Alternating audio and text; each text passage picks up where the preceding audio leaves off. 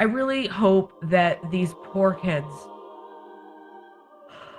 are in therapy and are getting help, love, protection, because their lives are destroyed. This is the type of thing that stunts healthy development of a child. I mean, seriously, really, really bad. And it's so hard to undo. I can't even imagine. And my heart just goes out to them. I don't know how they'll ever trust anybody ever again.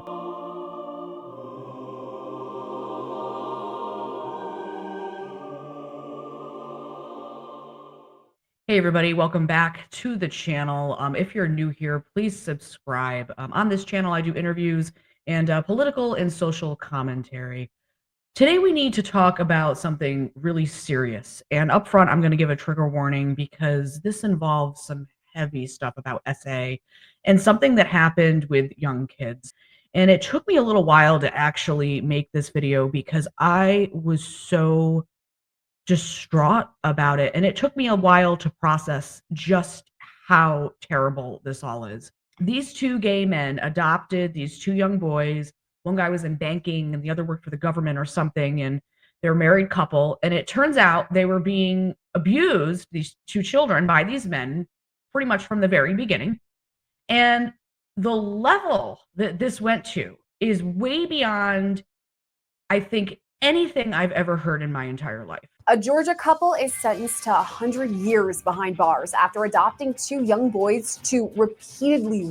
The dads even installed cameras throughout their family home to capture this ongoing abuse. If that wasn't enough, though, they posted the images and videos online so other predators could view these horrifying crimes. First responders call this a house of horrors. That's a direct quote. Investigators say both parents repeatedly these boys and recorded it with video or photos. But that wasn't all. They also admitted to all of these crimes in texts and social media messages. Investigators say the men would brag to their friends, saying they plan to have sex with their sons. What makes me really angry about this is not just what happened, obviously, but the fact that the LGBT community is, as you guessed it, silent. This is something that I cannot keep quiet about, and neither should you. Inside their home, investigators collected 7 terabytes of child sex material. Let that number sink in. A terabyte holds 1,000 gigabytes. That's anywhere between 200,000 and 500,000 pictures. Or if it's video, it's 500 hours. That means these dads had more than 3,000 hours worth of child pornography recordings of their own sons. And if you want to quantify that in photos, we're talking upwards of 3.5 million pictures of 2 young boys, now ages 10 and 12. Investigators later revealed that the dads set up security cams in their own home, like how we see nanny cams or ring cams inside of our home, but these cams weren't used for security reasons. Instead, they were used to record the abuse that was taking place all over the home. The level of deception here, too, playing it up for the cameras, giving this appearance of being a real family, and all this rainbow shit makes me never want to see another rainbow again in my life.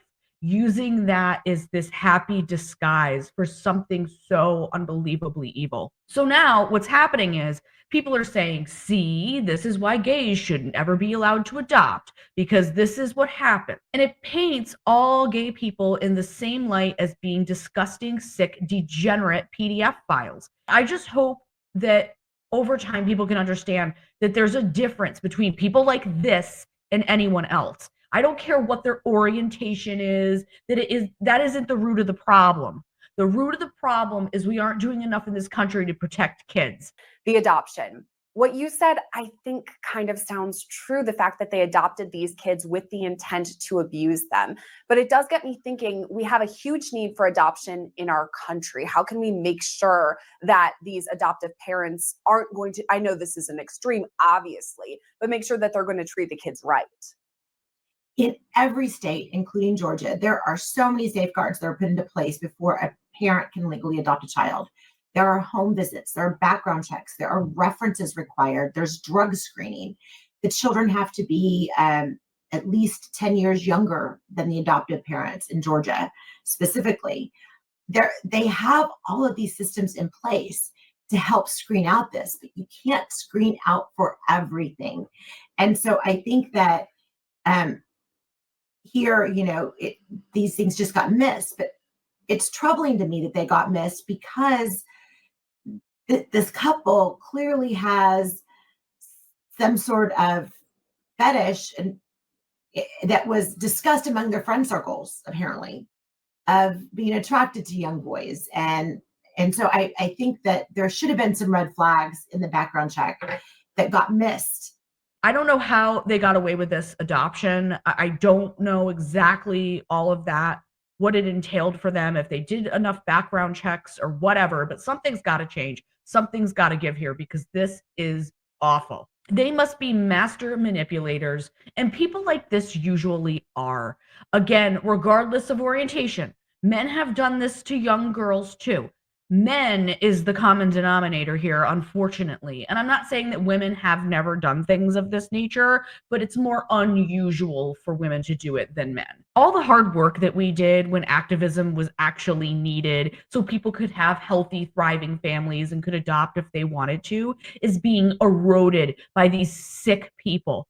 The trust that we've built with communities, neighbors, friends being destroyed because of stuff like this. It's bad enough that we have this trans kid thing going on and children performing in drag shows and other sexualized material that kids have been exposed to. I mean, it's just out of freaking control. And now things like this are coming out. And what is the LGBT community doing? What does the Human Rights Campaign do? And you could see them in that photo there in front of the Human Rights Campaign. They do nothing. They stay silent. Why aren't you speaking up? We need to rise up, speak up, not be complacent in this. Don't be a coward. Address it and condemn it now. I really hope that these poor kids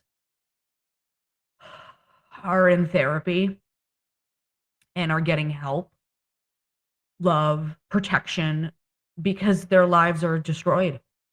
This is the type of thing that stunts healthy development of a child. I mean, seriously, really, really bad.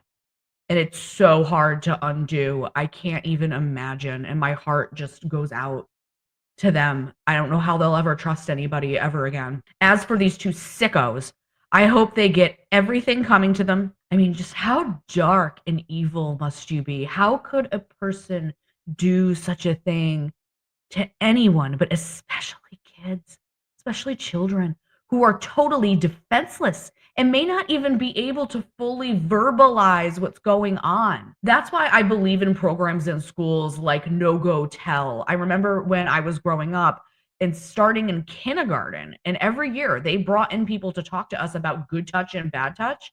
And if someone did touch you, you made sure you told on their asses. And those programs, I think, have helped to catch people because it helps to make the kid feel secure enough and armed with information and a constructive understanding that's age appropriate as you work your way up through schooling. And I don't know if they're doing that stuff anymore.